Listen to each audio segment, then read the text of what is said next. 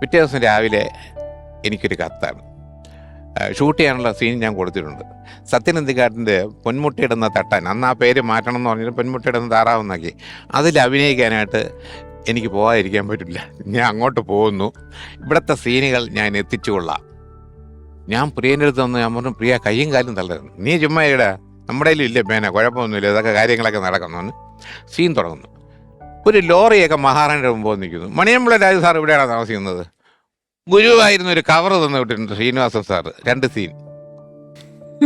KPS എഴുതി ചേച്ചി വരുന്നു. ഞാൻ അവിടെ നിന്ന് വരെയാണ് സീനിൽ അഭിനയിക്കാൻ. ഒരു 2 സീൻ ശ്രീനിവാസൻ തന്നയിച്ചിട്ടുണ്ട്.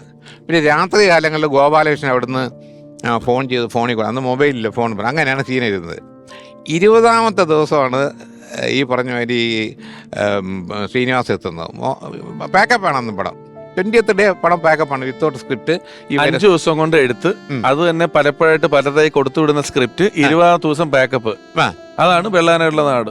വെള്ളാനുള്ള നാട് പാക്കപ്പിന്റെ തലേ ദിവസമാണ് പുള്ളി വന്നത്. പുള്ളിക്ക് ഒരു ഫുൾ നൈറ്റും ഡേ ഉള്ളൂ. ആ ദിവസമൊക്കെ റാഗ് ചെയ്ത് മോഹൻലാൽ കൊന്നു ശ്രീനിവാസനെ. ഞാൻ തന്നെ ഇരിക്കണമെന്നൊക്കെ പറഞ്ഞിട്ട് കളിയാക്കി തൊലച്ചടുക്കിയിട്ടൊക്കെ വിട്ട സംഭവം.